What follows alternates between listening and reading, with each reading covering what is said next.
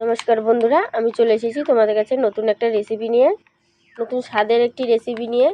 তো স্কিপ না করে পুরো ভিডিওটা দেখতে থাকো। তো আজকে আমি তোমাদের এটা বাঁধাকপি 4 ভাগের 1 ভাগ বাঁধাকপি দিয়ে আমি তোমাদের এই রেসিপিটা বানিয়ে দেখাচ্ছি। খুব সুন্দর একটি রেসিপি, ভিডিওটি না দেখলে বুঝতেই পারবেন না। নতুন স্বাদের একটি রেসিপি, ইউনিক রেসিপি। তো চ্যানেলটাকে সাবস্ক্রাইব করে পাশে বেল বাটনটা ক্লিক করে আমার পাশে থেকো। না বলে শুরু করা যাক। তো দেখো কত সুন্দর হয়েছে, ভিতরে দেখো কত সুন্দর হয়েছে, আর এটা খেতেও অসাধারণ। তো চলো স্কিপ না করে পুরো ভিডিওটা অবশ্যই দেখবেন, তাহলেই বুঝতে পারবেন। তো চলো উপকরণগুলো কি কি নিয়েছি দেখে নিই। এই রেসিপিটা বানানোর জন্য আমি প্রথমে নিয়েছি এখানে বাঁধাকপি, 4 ভাগের 1 ভাগ আমি বাঁধাকপি নিয়েছি এখানে। আর এখানে মাঝারি সাইজের 2টো আলু সিদ্ধ করে নিয়েছি। এবার আমি এখানে নিয়েছি মশলা, এখানে নিয়েছি লঙ্কা কুচি 2টো, এখানে নিয়েছি গোটা জিরা, লঙ্কার গুঁড়ো, লবণ স্বাদ মতন, আর এখানে নিচ্ছি হলো ধনিয়া গুঁড়ো, আর হলো জিরে গুঁড়ো মিক্সচার আছে এখানে। এখানে নিয়েছি আদা রসুন কুচি, আর নিয়েছি পেঁয়াজ কুচি, আর এখানে নিয়েছি ধনিয়া পাতা কুচি।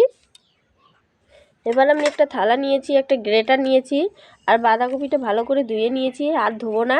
এবার আমি গ্রেটারের সাহায্যে আমি গ্রেট করে নিব।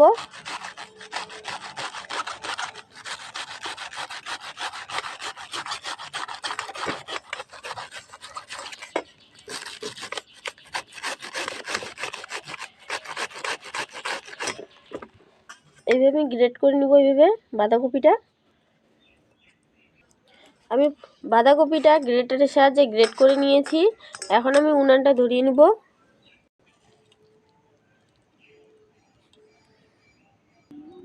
তবে এখানে কড়াইটা বসিয়ে দিয়েছি। এখন এখানে আমি তেল দিচ্ছি পরিমাণ মতন।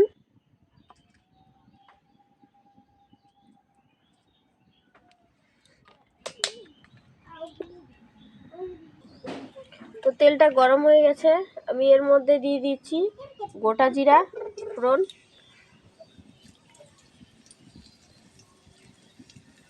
গোটা জিরাটা ভালো করে ভেজে নিচ্ছি।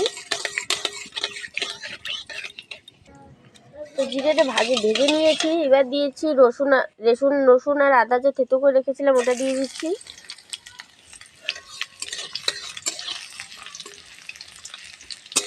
রসুন আর আদাটা হালকা করে ভেজে নিব, যাতে কাঁচা গন্ধটা না থাকে।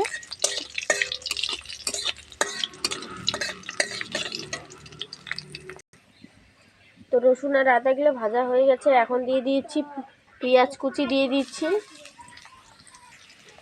আর দিয়ে দিচ্ছি কাঁচা লঙ্কা কুচি। পেঁয়াজগুলো আর লঙ্কা কুচিগুলো ভালো করে ভেজে নেব লাল লাল করে।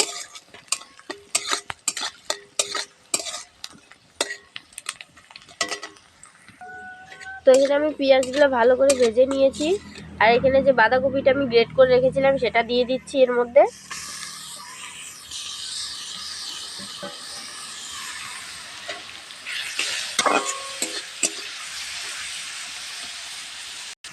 তো এর মধ্যে আমি দিয়ে দিচ্ছি গুঁড়ো লঙ্কা আর স্বাদ মতন লবণ, আর এখানে নিয়েছি ধনিয়া গুঁড়ো আর জিরে গুঁড়ো দিয়ে দিচ্ছি। 1 চামচ করে সব নিয়েছি আমি।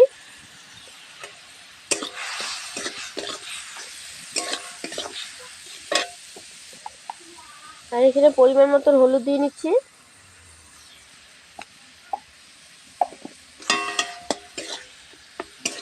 ভালো করে মিশিয়ে নিব এগুলা মশলাগুলো ভালো করে মিশিয়ে নিয়ে একটু লাল লাল করে ভেজে নিব বাঁধাকপিটা। তো আমি এখানে বাঁধাকপিটা হালকা করে ভেজে নিয়েছি আগে। আর এখন আগে থেকে যে সিদ্ধ করে রাখা আলু আমি হাতের সাহায্যে ম্যাশ করে নিয়েছি, এখন এটা দিয়ে দিচ্ছি।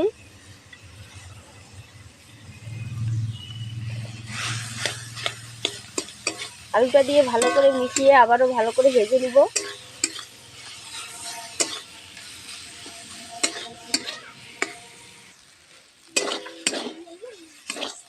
তো এটা হয়ে গেছে, এটা আমি এখন নামিয়ে নিচ্ছি। তো এটা আমি নামিয়ে নিয়েছি। এখন আমি এর মধ্যে ধনিয়া পাতা কুচি দিয়ে দিচ্ছি।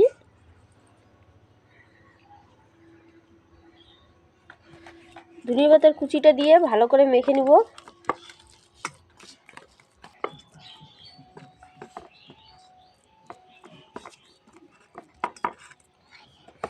তো আমি এটা এখন রেস্টে রেখে দেবো একটু ঠান্ডা হওয়ার জন্য।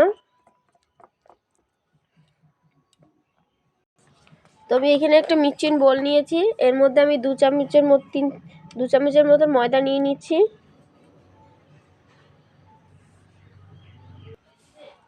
তো আমি এখানে ময়দা নিয়ে নিয়েছি।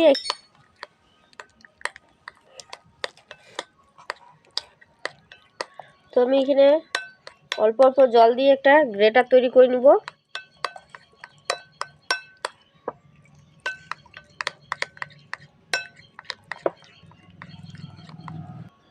তো এটা আমি বানানো হয়ে গেছে, দেখো কত পাতলা করেছি, বেশি মোটা করিনি।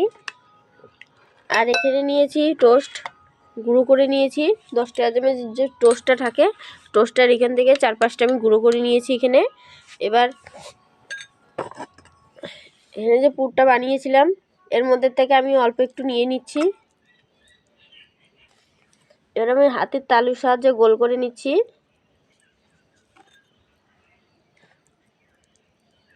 গোল করে নিয়েছি। এবার যে এখানে যে ব্রেডটা বানিয়েছিলাম এর মধ্যে আমি দিয়ে দিচ্ছি।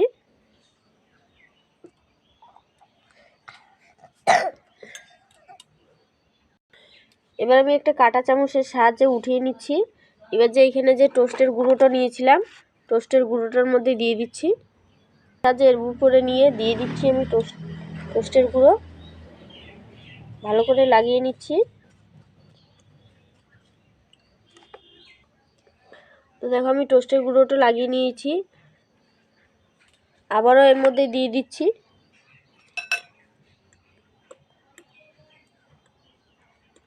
কাঁটা চামচের সাহায্যে উঠিয়ে নিয়ে এর মধ্যে দিয়ে দিচ্ছি আবার টোস্টের গুঁড়ো লাগিয়ে নিব। হাতের চাপে ভালো করে একটু চেপে চেপে দিব যাতে বসে যায়, ভালো করে সেট হয়ে যায় টোস্টের গুঁড়োটা।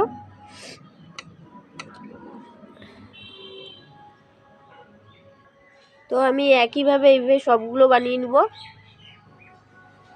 তো আমার এখানে সবগুলো বানা হয়ে গেছে, দেখো কত সুন্দর লাগছে। ভাজার পরে তো আরও বেশি সুন্দর লাগবে খেতে এটা। তো চলো ভেজে নিই।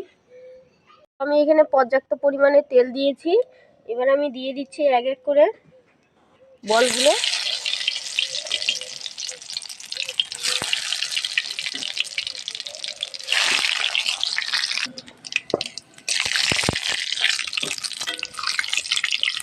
তেলগুলো আমি উপর দিয়ে একটু দিয়ে দিচ্ছি।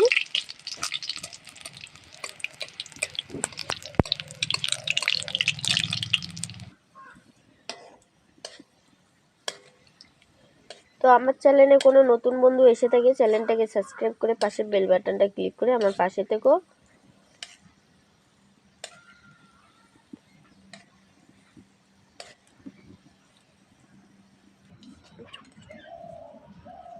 তো আমি উল্টে পাল্টে ভালো করে ভেজে নিয়েছি। এগুলো একটা ঝাঁঝরির মধ্যে উঠিয়ে নিয়েছি যাতে এক্সট্রা তেলটা ঝরে পড়ে যায়।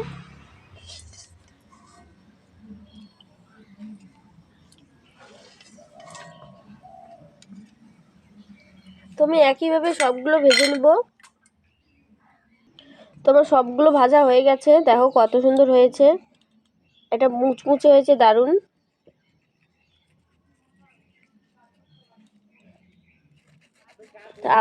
আওয়াজ শুনে বুঝতেই পারছেন কতটা মুচমুচে হয়েছে। তো আজকের মতন এইটুকুই, দেখা হচ্ছে পরের ভিডিওতে সুন্দর একটি রেসিপি নিয়ে। তো সম্পূর্ণ ভিডিওটি দেখার জন্য অনেক অনেক ধন্যবাদ জানাই তোমাদের। আর এই ভিডিওটি দেখার পরে কোনো যদি অসুবিধা হয় কমেন্টে অবশ্যই জানিয়ে দিবেন, আমি তোমাদের রিপ্লাই দেব। তো আজকের মতন এই পর্যন্তই।